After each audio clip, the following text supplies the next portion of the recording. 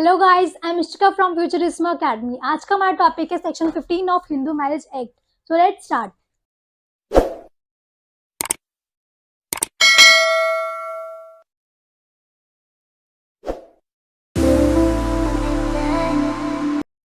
तो इस वीडियो में मैं बात करनी है सेक्शन 15 की, जो क्या कहता है, डाइवोर्स्ड पर्सन व्हेन में मैरी अगेन, यानी जिन पर्सन का डाइवोर्स हो चुका है, उनको डाइवोर्स की डिग्री मिल चुकी है, वो कब दोबारा शादी कर सकते हैं किसी और से।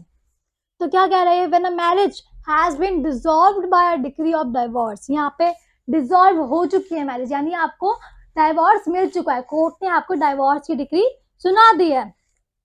Dissolve by a decree of divorce, अब इसमें हमारा क्या इंक्लूड है? Dissolve by decree of divorce में हमारा सेक्शन 11 इंक्लूड है, सेक्शन 12 इंक्लूड है एंड सेक्शन 13 इसमें हमारा इंक्लूड है। यानी जो बॉयड मैरिज, बॉयडेबल मैरिज और जो डाइवोर्स के हमारे ग्राउंड्स ये रखे हैं, उसके अंदर जो मैरिज डिसॉल्व होती है, इन तीनों सेक्शन के अंदर जो भी मैरिज आपकी डिसॉल्व होती है, इसमें तीनों की बात करी गई है कि यानी आपको एट लास्ट में क्या मिलता है? डाइवोर्स।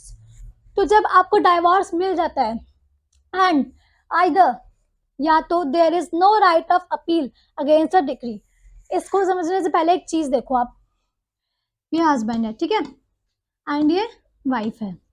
हस्बैंड है यहाँ पे रेस्पोंडेंट एंड वाइफ है पिटिशनर। वाइफ कोर्ट में जाती है डाइवोर्स के लिए।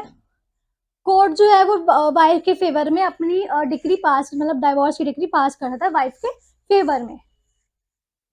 तो यहाँ पे जो हस्बैंड है वो सेटिस्फाई नहीं होता कोर्ट के डिसीजन से, उसको लगता है कि वो क्या करता है, वो जाता है हायर कोर्ट में।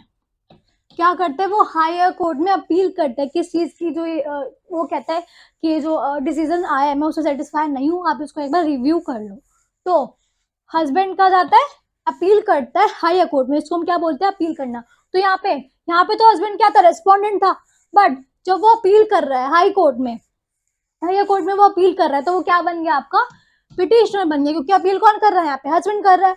तो हस्बैंड क्या बन गया? यहाँ पे पिटिशनर बन गया।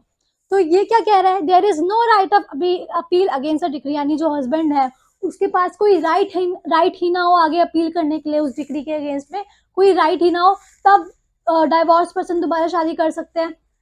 और if there is such a right of appeal, the time for appealing has expired without an appeal have been presented। यानी अगर समझ लो यहाँ पे हस्बैंड के पास राइट तो है अपील करने का, बट जो उसका टाइम पीरियड होता है अपील करने का, हमारा टाइम पीरियड होता है 90 डेज का, तो जो अपील का टाइम पीरियड है वो क्या हो चुका है? एक्सपायर हो चुका है। तो उसके बाद अगर हस्बैंड अपील करता है तो कोर्ट उसको डिसमिस कर देगा। क्यों? क्योंकि आपका जो टाइम पीरियड था अपील करने का हायर कोर्ट में, वो क्या हो चुका है? एक्सपायर हो चुका है। इस वजह से अगर एक्सपायर हो चुका है और अपील आपने करी नहीं है, तो सामने वाला पर्सन दोबारा डाइवोर्स पर्सन दोबारा शादी कर सकते हैं। Or an appeal has been presented but has been dismissed, यानी हस्बैंड ने क्या करा? यहाँ पे हायर कोर्ट ने अपील तो कर दी, बट क्या कोर्ट ने क्या करा? उसकी अपील को डिसमिस कर दिया कि नहीं, ये जो कोर्ट ने डिसीजन सुना है वही ठीक है। हायर कोर्ट ने इसके अपील को डिसमिस कर दिया। तब डाइवोर्स पर्सन दोबारा शादी कर सकते हैं, जब या तो उसके पास राइट ही ना हो आगे अपील करने का डिक्री के अगेंस्ट में, या फिर जो अपील करने का टाइम पीरियड होता है 90 डेज का वो एक्सपायर हो गया हो, या फिर अपील जो है उसकी डिसमिस हो गई हो। इन तीनों में से अगर कुछ भी होता है तो डाइवोर्स पर्सन दोबारा शादी कर सकते हैं। It shall be lawful for the other party to the marriage to marry again, यानी दोनों के लिए ये लॉफुल हो जाता है, किसी भी पार्टी के लिए, कि वो आगे शादी कर सकते हैं।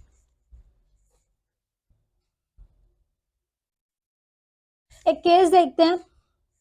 केस है अनुराग मित्तल वर्सेस शैली मिश्रा मित्तल 2018 का।